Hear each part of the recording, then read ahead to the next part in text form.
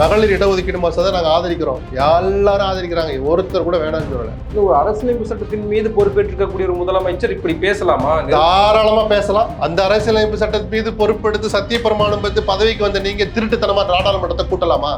அமித்ஷா சொல்லிட்டாரு பாதகம் கிடையாதுன்னு சொல்லிட்டாரு. எங்க சொல்லிருக்காரு? அடுத்த வார்த்தை உங்க வாயிலிருந்து வரவே வராது. அமித்ஷா கிட்ட நான் கேட்டேன், அவர் பாதகம் இல்லைன்னு அப்படி சொல்லிட்டாரு. யார் சொன்னா? எடப்பாடி அவர்கள் சொன்னார். இதெல்லாம் ஒரு பேச்சா சார்? ஏன் அமித்ஷாக்கு வாய் இல்லையா? நேற்று ஸ்டாலின் அந்த போட தான் இன்னைக்கு பிரதமர் தமிழில் என்ன வார்த்தை இருக்குன்னு சொல்லுங்க, நான் அதுலயே சொல்றேங்கிறார். அண்ணாமலை என்ன சொல்றார்? நம்மளுடைய தொகுதி 59 ஆக போதும் எனக்கு தகவல் வருது. என்ன கொரியர் வந்துச்சா இல்ல விட்டு போட்டால உங்களுக்கு மட்டும் SMS வந்துச்சா? நீங்க யாரு? உங்களுக்கு மனசு இருந்தா தமிழ்நாட்டு மக்களுக்காக குரல் கொடுங்க, இல்லாட்டி பொத்திக்கிட்டு பேசாம போயிடணும். தேவையில்லாத பீதியை மக்கள் மத்தியில கிளப்புறாங்க, பொய்களை பரப்புறாங்க. சரி, எதனால பரப்புறாங்க? பரப்புறதாவே வச்சுக்கோ சார், நான் ஒத்துக்கிறேன், நான் பரப்புறேன். ஏன் நான் பரப்புறேன்? 10 நாள் தள்ளி இந்த நாடாளுமன்ற கூட்டத்தோட நடத்த முடியாதுன்னு கேட்டா பதில் இதுவரைக்கும் வந்துச்சா சார்? சர்மிளா டாக்கீஸ் நேயர்களுக்கு வணக்கம். நேர்காணலில் நாம் சிந்திக்கிருப்பவர் மூத்த பத்திரிகையாளர் திரு SP லட்சுமணன் அவர்கள். வணக்கம். வணக்கம். மகளிர் இடஒதுக்கீடு 33%, அதோடு டீலிமிட்டேஷன் மற்றும் யூனியன் பிரதேசங்களுக்கான தனிச்சட்டம் உள்ளிட்ட 3 மசோதாக்களை இன்று நாடாளுமன்றத்தில் தாக்கல் செய்தது பாஜக அரசு. இப்போ அதற்கு எதிராக எதிர்க்கட்சிகள் கடுமையான எதிர்வினை ஆற்றியிருக்காங்க. காரசாரமான விவாதம் இன்று நடைபெற்றது. முதலமைச்சர் MK ஸ்டாலின் தன்னுடைய காத்திரமான எதிர்ப்புகளையும் பதிவு செய்திருக்காரு. கருப்பு கொடி ஏந்திருக்காங்க. அந்த மசோதா நகலையும் எரித்திருக்காங்க. பெரிய எதிர்ப்பு. மீண்டும் ஒரு இந்தி போராட்டத்தினுடைய விளைவுகளை இந்தியா பார்க்க இருக்கும் அப்படின்னு மிரட்டுறாங்க. எப்படி பார்க்குறீங்க? முதல்ல இது கொண்டு வந்திருக்கிறது மகளிர் இடஒதுக்கீடு மசோதா இல்லை, அது தனியாலாம் எதுவும் இல்லை. 3 மசோதா. ஒன்று யூனியன் பிரதேசங்கள் சட்ட திருத்தம், ஒன்று. ரெண்டாவது பார்லிமெண்ட்ல அந்த எண்ணிக்கை இப்போது இருக்கிற 543 850 உயர்த்துறது. 3வது டீலிமிட்டேஷன், தொகுதியை மறுவரை செய்கிறது. பிரதான இதுதான். ஆனால் சொல்றதெல்லாம் என்ன பேசு பொருள்லாம் மகளிருக்கு இடஒதுக்கீடு வழங்குறது. அதை நாங்கள் கொண்டு வர பார்க்குறோம், ஸ்டாலின் எதுக்குறார், எல்லாரும் எதுக்குறாங்க, அவங்களுக்கு எல்லாம் அக்கறை இல்லை. அது ஏற்கனவே நிறைவேற்றப்பட்ட சட்டம் சார், இன்னொரு தடவை நிறைவேற்றணும்னு அவசியம் இல்லை சார். இடங்கள் எத்தனை வேணாலும் இருக்கட்டும், 540, 250, 300, 400, 800, எத்தனை இடங்கள் இருந்தாலும் அதுல 33% தரணும்னு சட்டம் ஏற்கனவே நிறைவேற்றியாச்சு. பிஜேபியினுடைய சதியால் அவர்களுக்கு பெரிய மனசு இல்லாததுனால 23 நிறைவேற்றப்பட்ட அந்த சட்டத்தை 24 மிகப்பெரிய தேர்தல், பொது தேர்தல், நாடாளுமன்ற தேர்தல் வந்த போதும் அதில் அமல்படுத்தணும்னு சொல்லவே இல்லை. சென்சஸ் எடுத்து அதுக்கப்புறம் பண்ணலாம் அப்படின்னு, தொகுதி மறுவரையெல்லாம் பண்ணிட்டு பண்ணலாம்னு சொன்னாங்க. இதுக்கு என்ன சம்பந்தம் இருக்கு? எத்தனை இடம் இருக்கோ அத்தனை இடத்துல 33% கொடுத்துட்டு போக முடியாது சார். ஸோ இதுல முதல் தடை போட்டதே பிஜேபி தான். இத்தனைக்கும் அதை எல்லா கட்சிகளும் ஆதரிச்சாங்க. ஆரம்பத்தில் அதெல்லாம் மன்மோகன் சிங் காலத்திலேயே இந்த முயற்சி வந்தபோது சமாஜ்வாதி எல்லாம் கடுமையா எதிர்த்தாங்க. அவங்களே இப்ப நடைமுறையை புரிஞ்சுக்கிட்டு பரவாயில்லன்னு சொல்லி அவங்களும் இதை ஆதரிச்சாங்க. இப்ப அவர் என்ன கேட்கிறார்? அதுல இஸ்லாமிய பெண்களுக்கு ஒரு தனி இடஒதுக்கீடு கொடுங்கன்னு அகிலேஸ்வர் புது கோரிக்கை வைக்கிறார். இதெல்லாம் எகைன் அது மகளிருக்கு தான். மகளிர் இடஒதுக்கீடு கொடுக்கறதை எந்த கட்சியும் எதிர்க்கலை. பெண்களை மதத்தால பிரிக்கலாமா? அதுதான் தனி விஷயம்னு சொல்லிட்டேன். ஆக மொத்தம் அவர் கேட்கறது எதுக்கு? இஸ்லாமியர்ல அந்த சியா பிரிவுக்கு இவ்வளவு கொடுங்க அப்படிலாம் அவர் கேட்கல. எகைன் ஒரு பெண்களுக்கு தான் கேட்கிறார். அது தனி விவகாரம். 33% பெண்களுக்கு எல்லோரும் ஏகோபித்தமா ஒத்துக்கிட்டாச்சு. திருப்பி அதை எதுக்கு எடுத்துட்டு வரீங்க? சரி, டீலிமிட்டேஷன் அரசியலமைப்பு சட்டம் சொல்லியிருக்கு. வாஜ்பாய் 2001 இந்த மாதிரி இதை யோசிச்சு அந்த சட்டம் வந்த போது அருண்ஜேட்லி அதை அறிமுகப்படுத்திட்டு இதே மாதிரி வில்லங்க வருது. டீலிமிட்டேஷனை எப்படி பண்ணுவீங்க? மக்கள் தொகை அடிப்படையில் என்று சொன்னா அதுல பாதிக்கப்படுமே தென் மாநிலங்கள் அப்படின்னா இங்க திமுகவுக்கு ஒரு ஹோல்டு இருந்துச்சு. அந்த ஆட்சி நகர்ந்ததுல திமுகவுக்கும் பங்கு இருந்தது.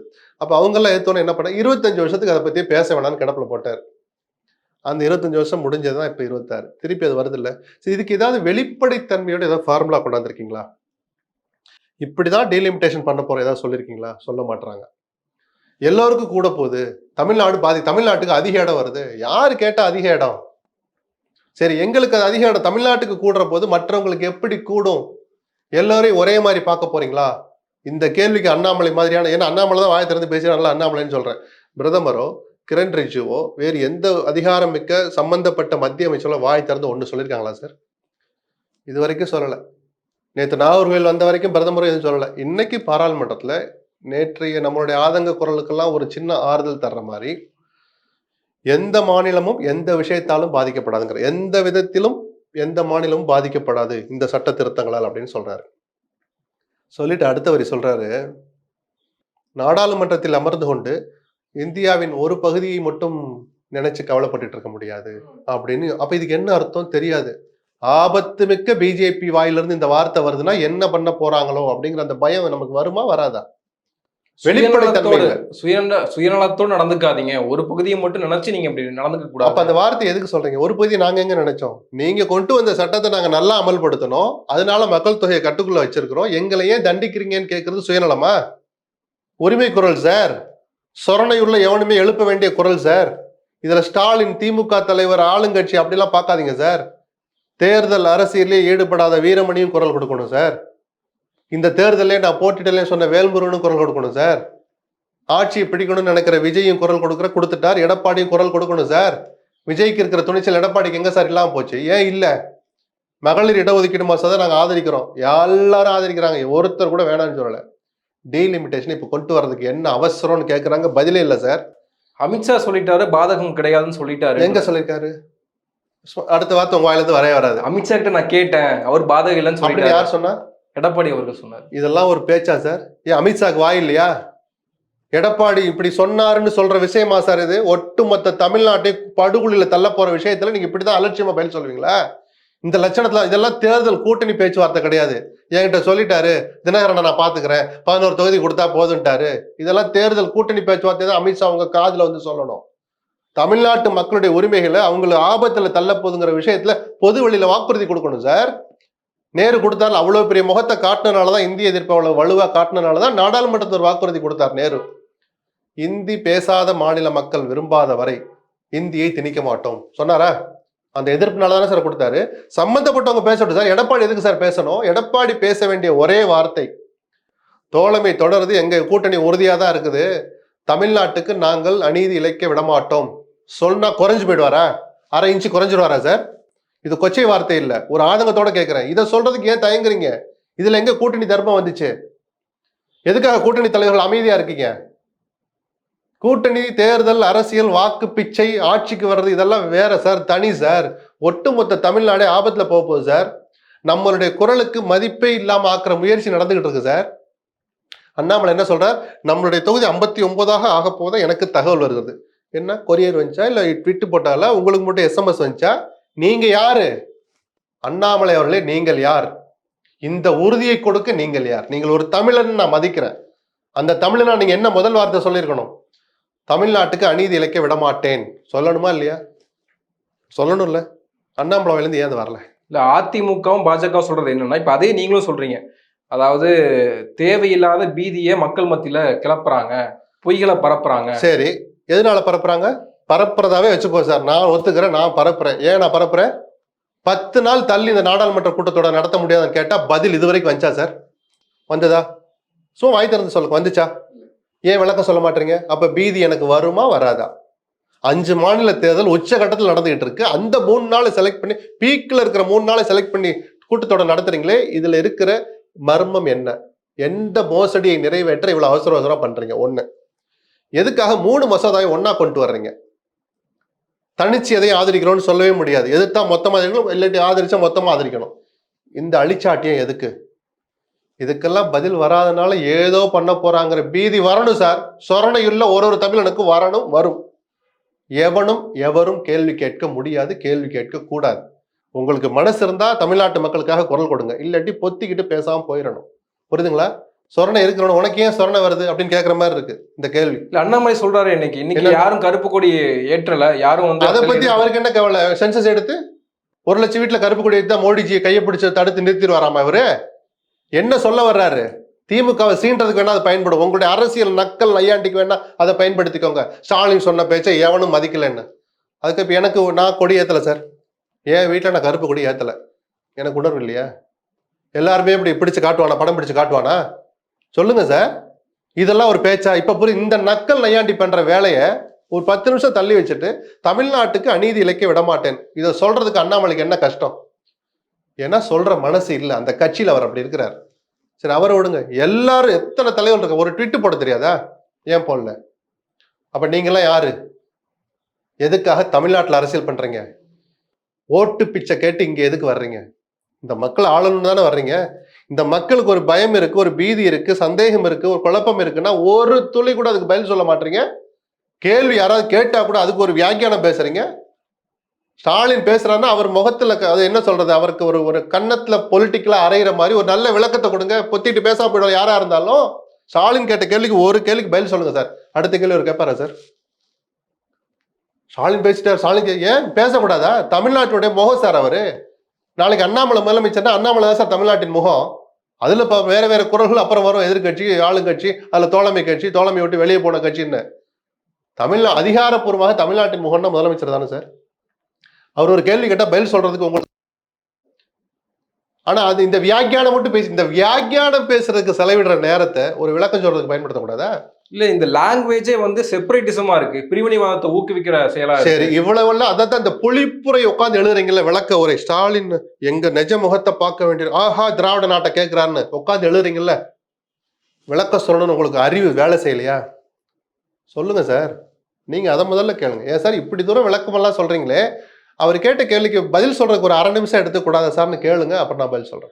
மாநில சுயாட்சியை பற்றி திமுக பேசும், இப்படி ஒரு சட்டத்தை கொண்டு வந்தா அவர்களுக்கு அரசியல் ஆதாயம் தேடுவாங்க, இதை வந்து மிகப்பெரிய அளவுக்கு ஆயுதமாக பயன்படுத்துவாங்கன்னு திமுக பாஜக இது தெரியாதா? அது இல்ல, இதுல தேர்தல் அரசியலோட சம்பந்தப்படுத்தக்கூடாது. இவ்வளவு அவசரமா ஒரு உச்சபட்சமா பிரச்சாரம் நடந்துட்டு இருக்கிற போது அதை பத்தி ஒரு துளி கூட கவலைப்படாம, ஜனநாயக மாண்புகள், பாராளுமன்ற ஜனநாயகம் எல்லாத்தையும் காலில் போட்டு மிதிச்சு நாங்க நினைச்சதை செஞ்சே தீர்வோங்கிறது இது என்ன சார் அக்கிரமம்? அது என்ன வேணாலும் இருக்கட்டும் சார்.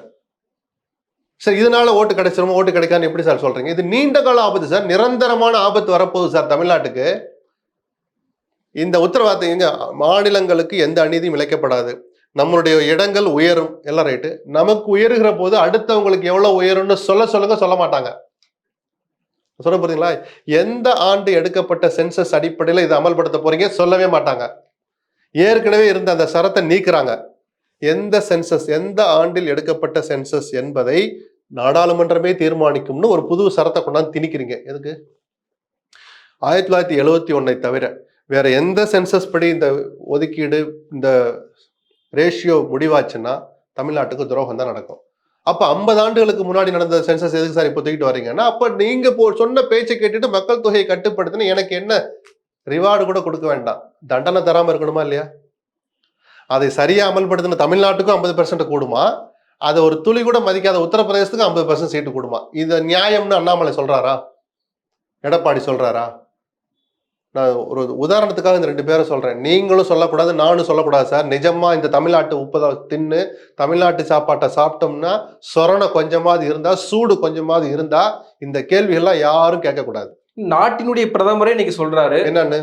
தமிழ்ல கூட நான் சொல்றேன், என்னுடைய உறுதியா நான் சொல்றேன், எந்த மாநிலத்துக்கும் யாருக்கும் பாதிப்பு ஏற்பட போறது இல்ல. அதனாலதான் சொன்னேன். அதனாலதான் நாகர்கோயில்ல பேசாத பிரதமர் இன்னைக்கு நாடாளுமன்றத்துல பேசின பேச்சு நம்மை போன்ற ஆதங்கத்தை எழுப்பியவர்களுக்கு ஒரு ஆறுதல் அளிக்குன்னு நான் சொன்னேன்னா, இதை முழுமையா நாமளே ஒரு பாராட்டு விழாவே நடத்தலாம் பிரதமருக்கு.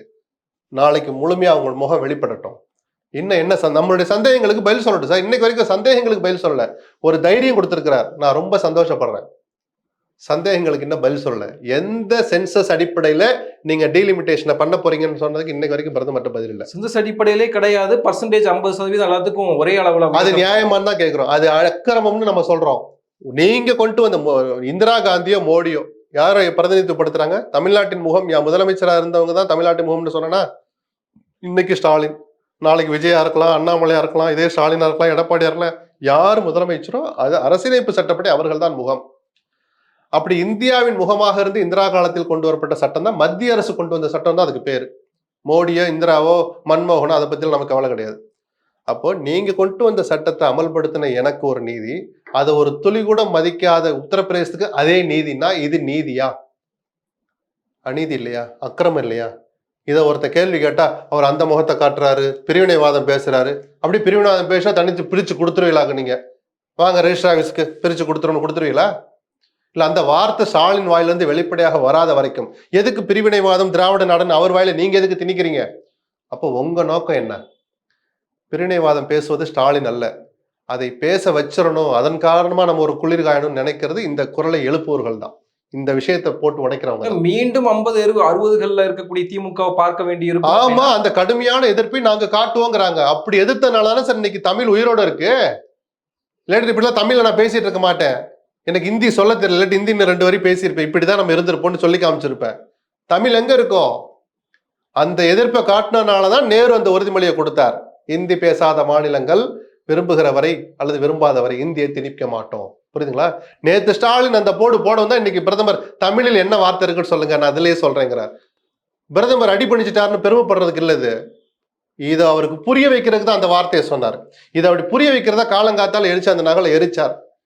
வேற வேலை இல்லையா ஸ்டாலினுக்கு? இல்ல ஒரு அரசியலமைப்பு சட்டத்தின் மீது பொறுப்பேற்றிருக்கக்கூடிய ஒரு முதலமைச்சர் இப்படி பேசலாமா? தாராளமா பேசலாம். அந்த அரசியலமைப்பு சட்டத்தின் மீது பொறுப்பெடுத்து சத்திய பிரமாணம் பெற்று பதவிக்கு வந்த நீங்க திருட்டுத்தனமா நாடாளுமன்றத்தை கூட்டலாமா?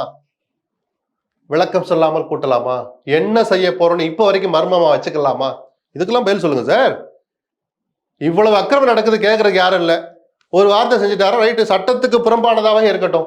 இந்த விஷயங்கள் தொடரணும் சார் தமிழ்நாட்டுல. இல்லாட்டி நம்மளை மதிக்க மாட்டாங்க சார். நம்ம குரலை காது கொடுத்து கூட கேட்க மாட்டாங்க சார்.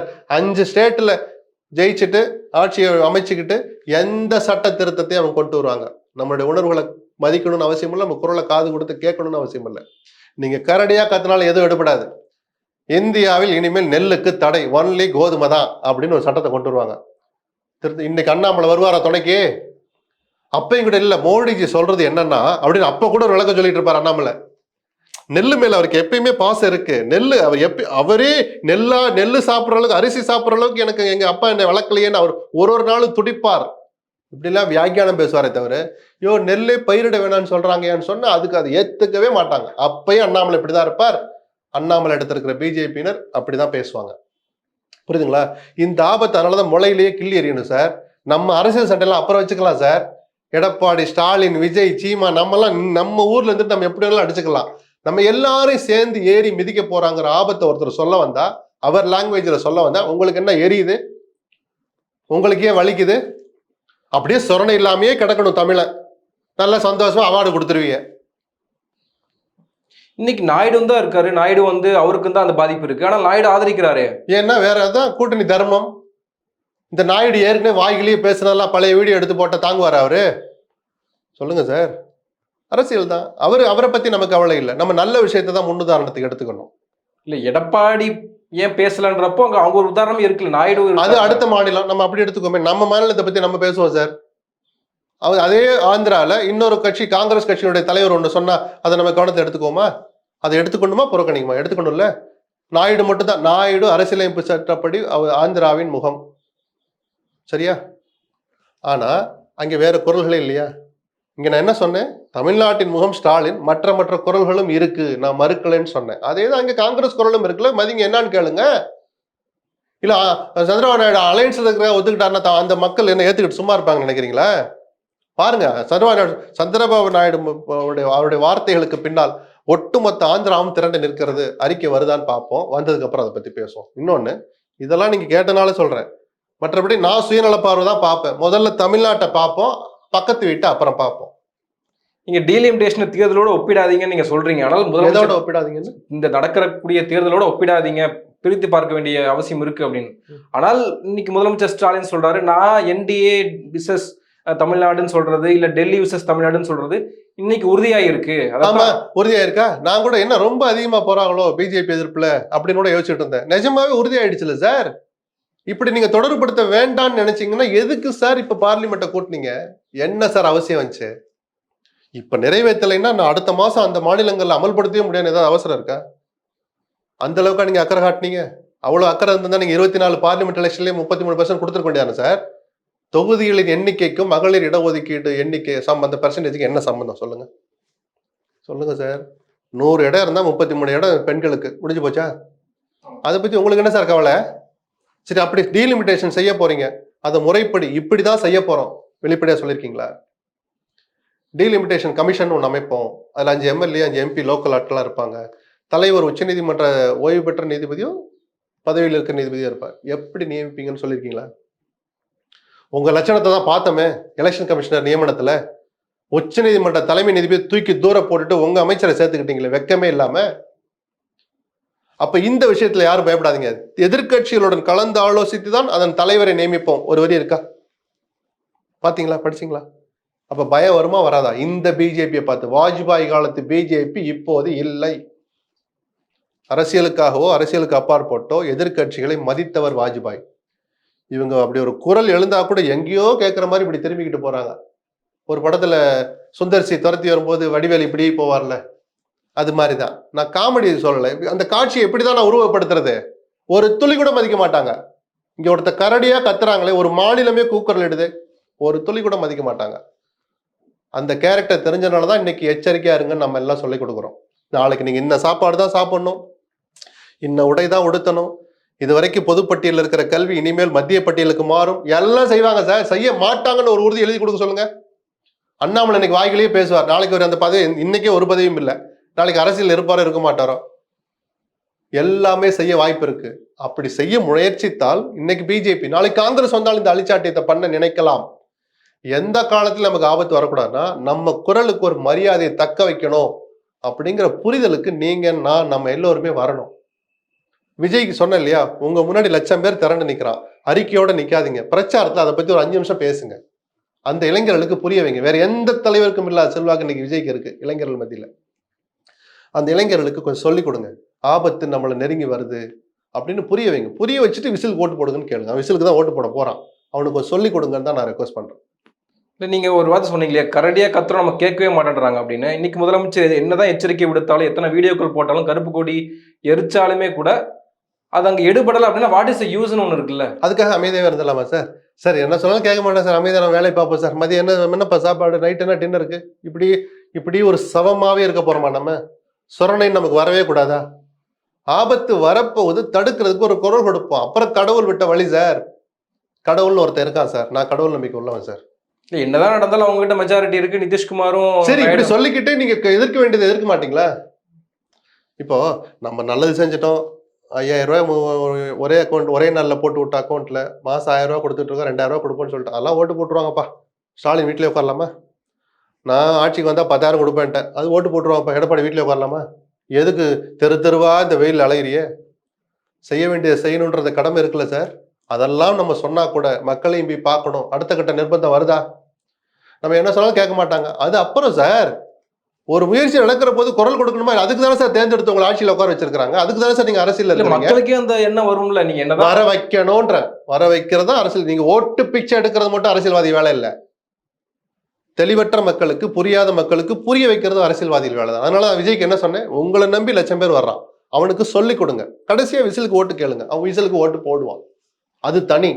இந்த சூழலை பயன்படுத்தி அவனுக்கு ஒரு விழிப்புணர்வை ஏற்படுத்துங்கன்னு சொல்றோம். நன்றி, நிறைய விஷயங்களை பகிர்ந்துருக்கீங்க. உங்க நேரத்துக்கு மிக்க நன்றி. நன்றி.